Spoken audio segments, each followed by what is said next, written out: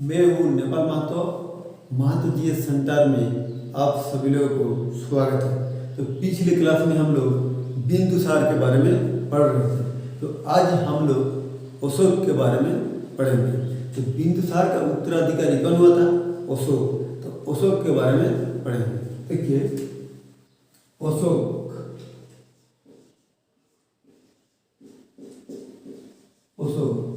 तो जिसका कोई दुख नहीं उसको हम लोग कहते हैं अशोक।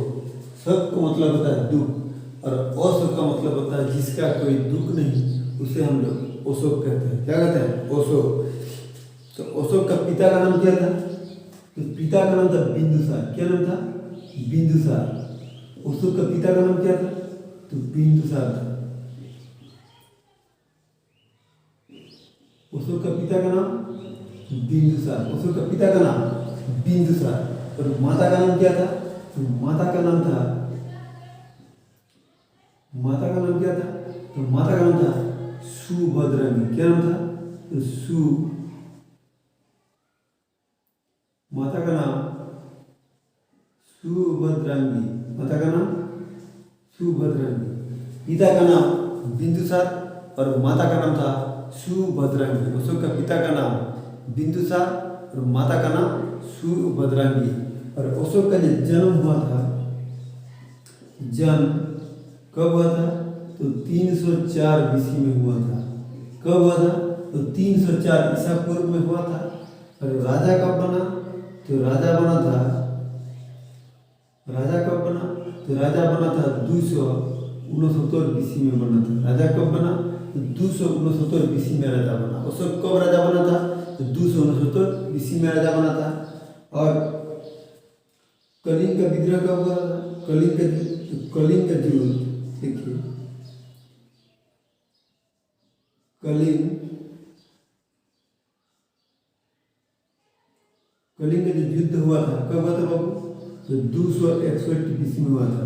यानी कि राजा बनने के 8 वर्ष बाद क्या हुआ था? कलिंग का विद्रोह हुआ था। कब कलिंग का विद्रोह हुआ? तो राजा बनने के 8 वर्ष बाद कलिंग का विद्रोह हुआ था। तो कलिंग उस समय उड़ीसा का नाम था। देखिए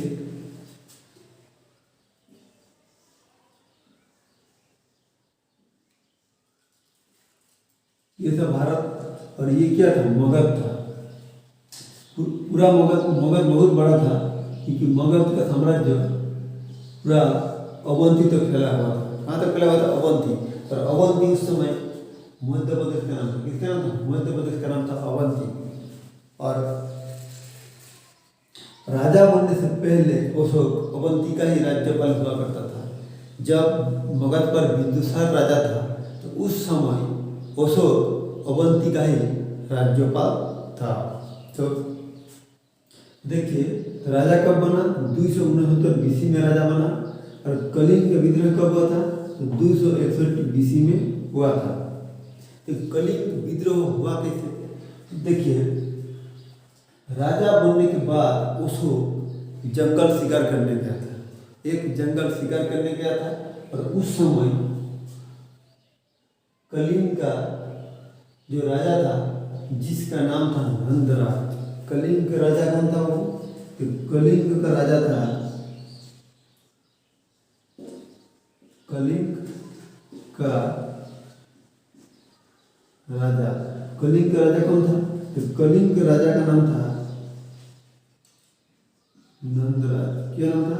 तो नंदराज। कलिंग का राजा था नंदराज। और उस समय कलिंग का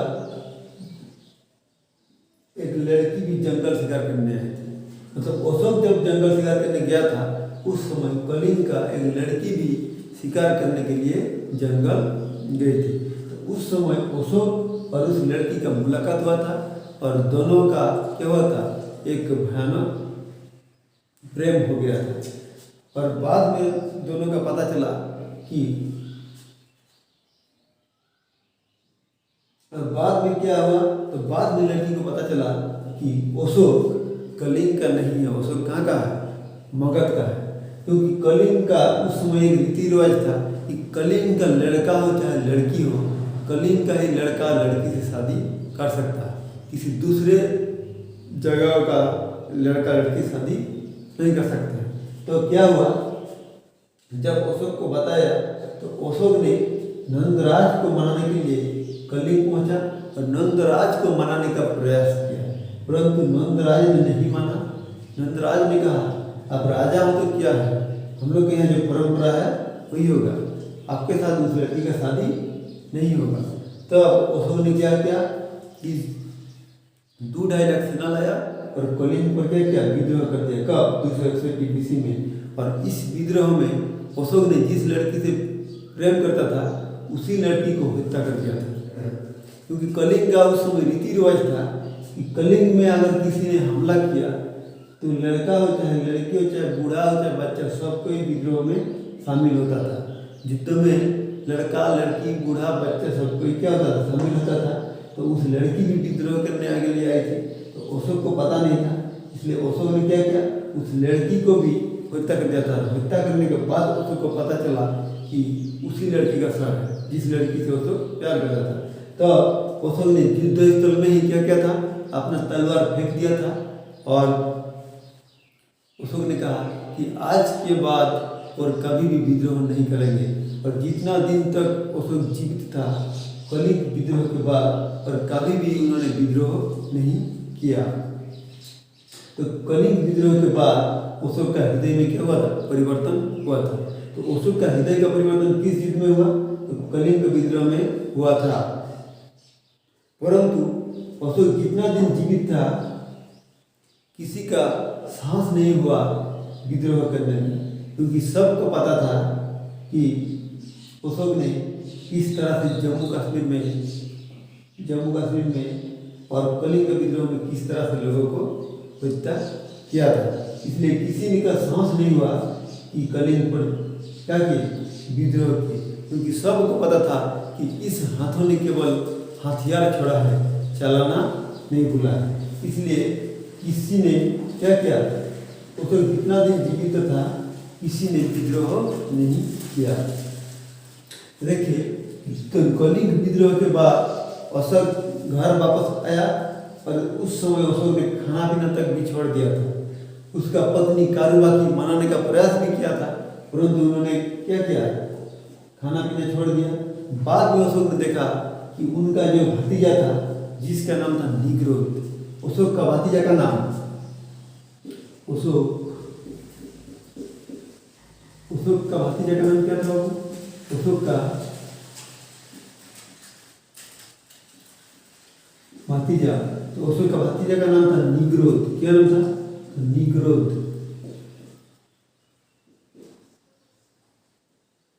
अशोक का भतीजा का नाम था निग्रोध। तो निग्रोध बहुत शांत रहता था और निग्रोध ने बौद्ध धर्म अपनाया था। कौन सा धर्म अपनाया था, बौद्ध धर्म अपनाया था। तो अशोक ने कहा निग्रोध से कि आप इतना शांत कैसे रहते हैं, तो उन्होंने कहा बौद्ध धर्म अपनाया है, बौद्ध धर्म अपनाइए। अशोक को भी कहा कि आप बौद्ध धर्म अपनाइए। तो बौद्ध धर्म का प्रेरणा अशोक को किसने दिया था, तो उसका भतीजा निग्रोध ने दिया था। किसने दिया था, तो बौद्ध, देखिए अशोक को बौद्ध धर्म की प्रेरणा किसने दिया, तो निग्रोध ने दिया था। तब निग्रोध ने क्या किया, अशोक को क्या किया, तो निग्रोध का जो गुरु था जिसका नाम था उपगुप्त, क्या नाम था, उपगुप्त। निग्रोध का गुरु का नाम क्या था, तो उपगुप्त।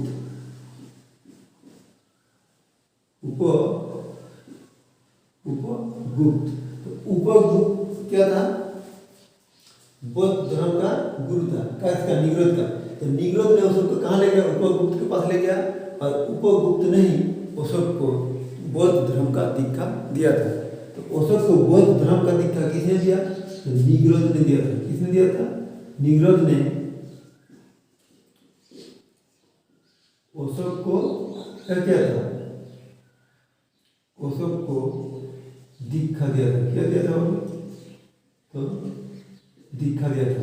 तो बौद्ध धर्म का दीक्षा अशोक को किसने दिया, तो उपगुप्त ने दिया था। किसने दिया, उपगुप्त ने। और अशोक का जो अशोक का एक पुत्र था, अशोक का एक पुत्र था, देखिए अशोक का एक पुत्र था, क्या था, पुत्र, जिसका नाम था महेंद्र। क्या नाम था, तो महेंद्र। तो महेंद्र था। क्या नाम था बाबू? तो महेंद्र था। अशोक का एक लड़का था जिसका नाम था महेंद्र, और पुत्री था, पुत्री का नाम था संघमित्रा। क्या नाम था? तो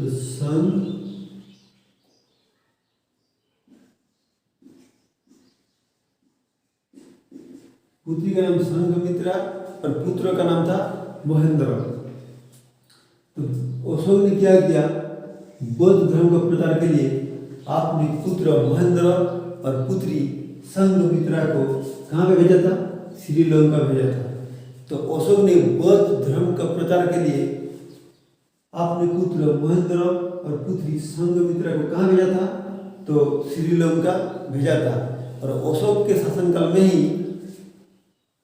बौद्ध धर्म का विस्तार सबसे ज्यादा हुआ था। तो बौद्ध धर्म का विस्तार किसके शासनकाल में सबसे ज्यादा हुआ था? तो अशोक के शासनकाल में हुआ था। क्या था? आजीवक संप्रदाय का था। हम लोग कैसे पता करेंगे कि अशोक बाकी धर्मों के प्रति भी सहानुभूति रखता था? देखिए, बिंदुसार किसका था? तो आजीवक संप्रदाय का था। किसका था बाबू? तो